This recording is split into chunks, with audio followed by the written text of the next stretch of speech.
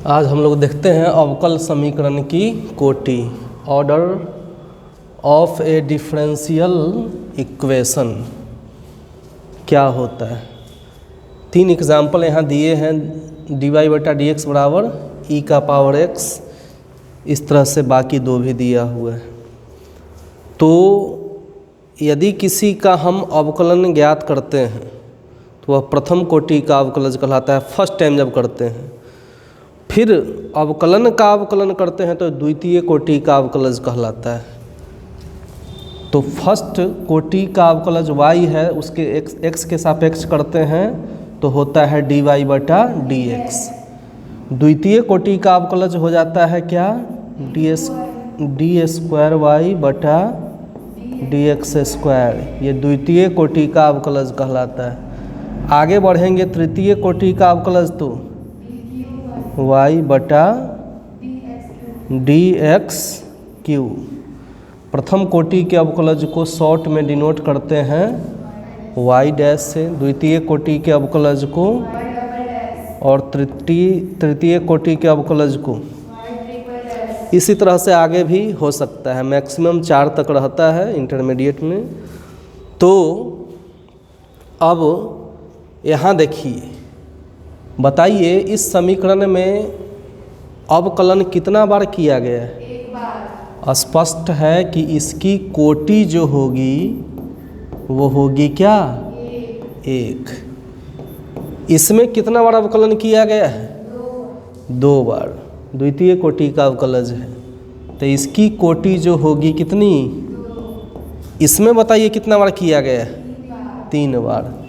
तो इसकी कोटि हो जाएगी क्या, 3। इसी तरह से अवकल समीकरण की कोटि को ज्ञात किया जाता है। कितनी बार अवकलन हुआ वह उसकी हो गया क्या, कोटि। तो इसको लिखेंगे। अब हम देखते हैं अवकल समीकरण का घात, degree of A differential equation. 3 समीकरण यहाँ है, 3 समीकरण यहाँ है। इनके माध्यम से जानते हैं कि इसका घात क्या होगा। पहला में आप देखे थे कि इसकी कोटि क्या थी, 1। तो जिसका कोटि हम निकाले उसी पद का अधिकतम घात उस अवकल समीकरण का घात कहलाएगा। तो जैसे इसकी कोटि 1 थी तो इसका घात टोटल कितना है, 1। तो यहाँ कोटि भी 1 हुआ और घात भी 1 हुआ। समझ में आई बात। सेकेंड केस में आइए कि यहाँ द्वितीय कोटि का अवकलज था तो इसमें कोटि कितना है, 2। लेकिन इस टोटल का घात कितना है, 1। तो घात इसका हुआ 1। यहाँ आइए, इसकी कोटि कितनी थी, 3। यहाँ द्वितीय कोटि का है और यहाँ तृतीय कोटि का है तो ज़्यादा तृतीय कोटि हुआ तो वही उसकी कोटि मानी जाएगी। तो कोटि इसकी क्या है, 3। इसका घात कितना है, 1 हो गया। इसी तरह अब इस समीकरण में आइए, इस समीकरण की कोटि कितनी होगी, 3 है और इसका होल घात कितना है, 1। इसका बताइए कोटि कितना है, 1 है। यहाँ भी देखो चाहे यहाँ भी देखो तो कोटि 1 हो गया और घात कितना है, 2। तो अधिकतम घात होता है बहुपद का, तो घात कितना हुआ, 2। इसकी कोटि कितनी हुई, 1।